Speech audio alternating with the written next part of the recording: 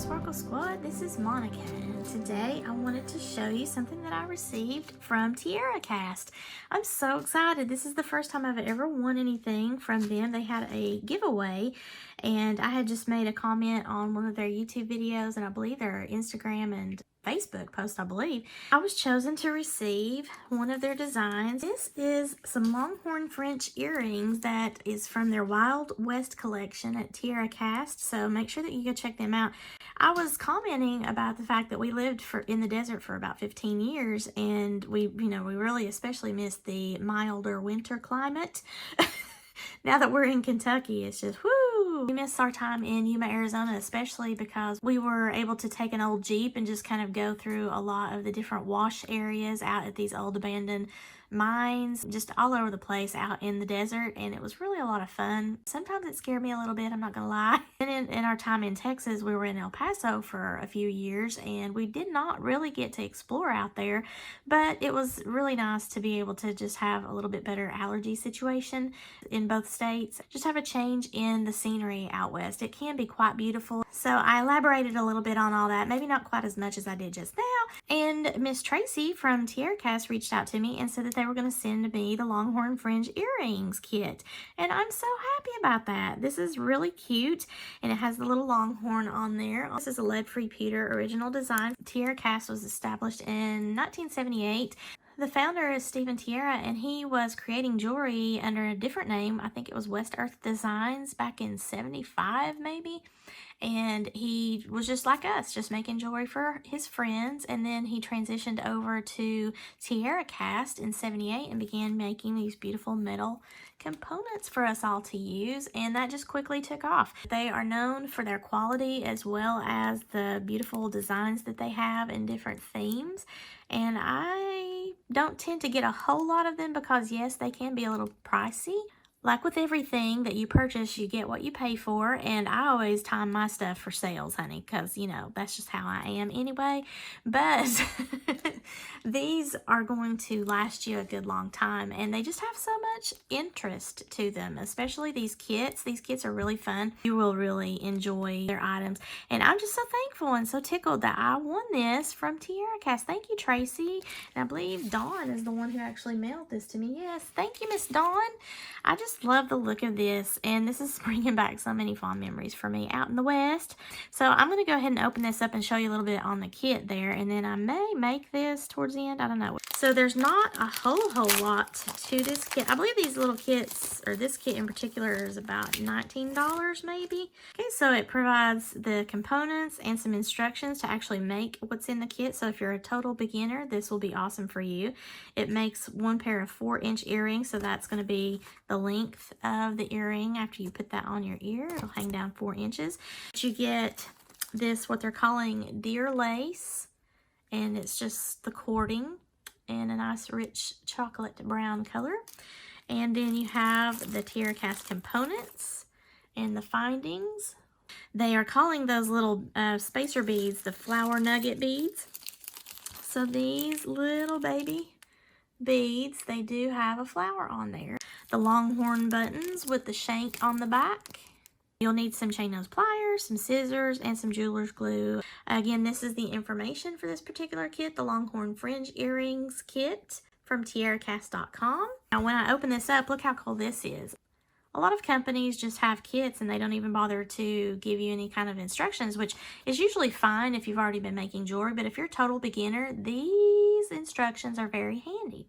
I'm glad to see that they are including the instructions, and this is Miss Tracy Proctor. She's the one who reached out to me on my Facebook and told me I won this little kit, so thank you again, Tracy. I'm so excited about this. It's got a little bit of information here on all the different steps that you're going to do. It also even gives you these handy dandy little pictures, and this is a very simple project. You've got, looks like 3 steps in order to secure your knot, and then you're just attaching it to an ear wire, so that's completely awesome. It's not a big elaborate project if you just want something quick and easy, but yet beautiful. And again, here's a beautiful picture to show you how it looks once you get it put together. And it says skill set easy peasy. I think I will go ahead and just make this on camera for you. So I am opening up a package of some larger seed beads, and they have some of these little metallic seed beads, and I'm going to probably add some of these to the dangles. That way I have a little bit of added interest, some of the Southwestern added color.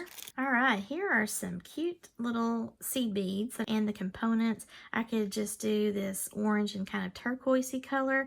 I could do the kind of avocado and that beautiful almost red clay and the nice golden maize yellow color. So I could, you know, do some of those up here, or I could do some of these down here. I could even do all of them. It's up to you, or you could just do none of them and make it beautiful and fabulous just like this. First thing I want to do is cut my lace here into two 16-inch pieces and then cut again at the 8-inch mark. So let me just fold this in half and put that on my measurement area of my board here. I actually have just a little bit over 30 inches, so mine will be just a little bit shorter than the total overall of a 4-inch dangle earring, and that's fine with me. So I just need to find my half point here. Cut that, and then find the half point again. Okay, so now I have these pieces, and then we're going to put 2 strands of the lace, holding them aligned together, fold in half, and thread, fold through the closed jump ring about 1/2 inch, thread the laced ends through the loop in step 3 to form a lark's head knot. Keep hold of the jump ring and then pull the strands through. So this jump ring here, it's a large jump ring.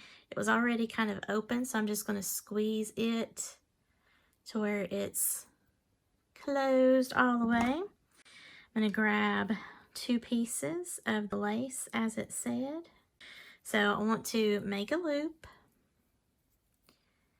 put that through a jump ring, got like a 1/2 inch, right?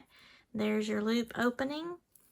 I'm going to feed these ends through that loop, but I want to hang on to the jump ring. This is where it's tricky. If you have to do it one at a time, do that. Then come back over here and hold on to that jump ring. That way when you pull it, the jump ring doesn't just go right through and twist around to where you there's no knot there. So I want to grab hold of that opening. Right there is the split in the jump ring, and I'm going to just squeeze it again, make sure that it's good and closed. And then I'm going to continue to pull on these little strings of the lace where I've got a nice tight loop. I mean, however you want to do your loops. It's not anything that's meant to be stressful. Okay, so I readjusted this one a little bit because I wanted the smooth side of the brown, since it's a little bit more bright, versus the dark side, to come forward on the earring for what I'm wearing. Now I'm just going to attach the buttons on the front, and that's very easy. I just need to open up the jump ring and attach that to the button. I want to be sure that the Longhorn is facing the right direction, so I want to open that up like I'm opening a door like this. Don't want to go side to side. I want to be on the bottom part of this, so I'm just going to bring that loop through there and then close it back like I'm closing a door. So I usually do my movement with my right hand in this bent nose plier, so I'm going to pull it back towards myself, give it just a little wiggle. You can see that it's right up against the other piece there, and you might want to just give it a squeeze. When I pull this up, you can see the Longhorn's in the right direction, and there's my beautiful little deerskin lace. So that's what it looks like on the back, and I'm going to go and do that for this other piece here. Now I can just put some beads on.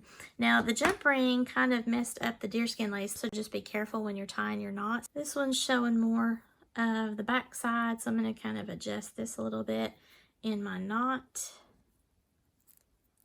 Kind of just turn it around. And now we have to do a little bit more of a point cut on the ends of our lace, and I'm going to make sure that I kind of trim it up to match.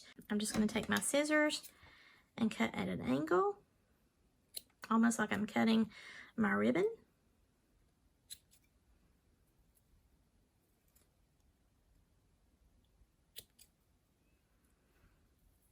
And let's see. And if you want varying lengths, you can do that as well. So now let me look what I'm seeing. See if these are both about the same length. Yeah, I still have this one a little bit right here that might be a little bit too long. So now at this point, we have these beautiful little spacers with the flowers on them. And I could just feed those on to the ends, just like the photo here, and be done with that, except for maybe, you know, putting a little bit of the jewelry glue onto the main knot here so that it doesn't come loose. However, that's optional, by the way. However, I think I'm going to feed on a little bit of color. So maybe I'm just going to do kind of sporadic and then pop the silver on. Now this might be a little bit tricky, so we'll just have to see how this goes. But I have 4 that are hanging down, so I think on each one that I have hanging down, I'm going to find the biggest hold C bead that I have and attempt to get that lace through there. Alright, so I just got one of my sewing pins here, and it's just going to help me to feed this through because I don't really want to put that on a beading needle, and I'm going to go on that back side to avoid any kind of problems with marking up the smooth side of the lace. Being careful to not stick myself. I'll squeeze here in a twisting motion. And if I can get that through, I only got it through, but this deerskin lace is very fragile.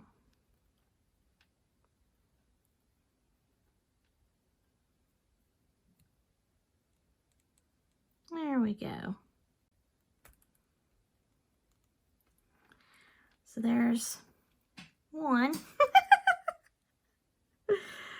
I like the aqua or the turquoise, however you want to say it, with that orange. Try that again. Right now I'm just kind of twisting that around in a circle, squeezing with my left fingernails and turning this around with my right, because if I can get it through, I'm only going to do, I think, 2. Okay, now I've got that on there. So now I just want to put a silver bead on. Same process. This is a larger hold bead, so hopefully it'll go on a little bit easier, maybe. Turn that until enough of it maybe pokes out of that hole. All right, there we go.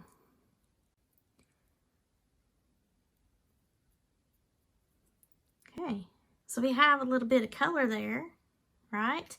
And I'm going to alternate these over here with some of the different colors that you see, and then that way it'll have a little bit of everything on there in southwestern colors, but the silver bead will stop those.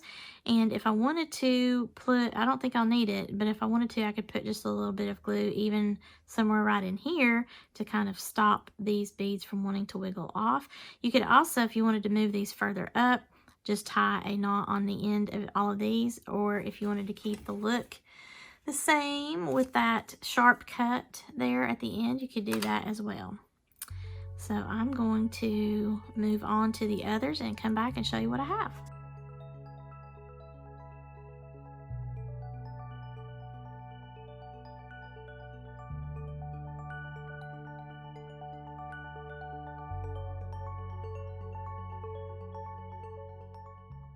I'm going to take my bent nose pliers on the right Flat nose pliers on the left. Open the door. Slip this onto the button. This one will go in the upper trajectory there. I want to be able to see this side of it, so I'm going to put the ear wire onto the jump ring this way. And then I'm going to close the door. So I'm going to bring this back towards myself and kind of wiggle it, making sure there's no huge gap. Now that is closed. And I have the second earring. So I have 2 earrings now. I like the additional color. So some of them might be a little bit longer, like I could probably scooch this up a little bit and trim it off a little bit more there. I might do that. Kind of like the unevenness of it. The ear wire is a darker silver tone, and that kind of picks up the antique look. I really think that pewter button is cute on this design. And the little flower beads there at the very end. Overall, it looks really nice. And let's see, how many inches do I have? This is almost 3.5 inches. I was short a little bit of the cording here, but it still worked overall for a nice length. This still looks pretty long. It's not the full 4 inches, but it's close enough. And I love the way the pop of color turned out for both of these lovely earrings from TierraCast. Thank you again to my new friends at TierraCast. I love this Longhorn Fringe earring kit. This was very easy to make.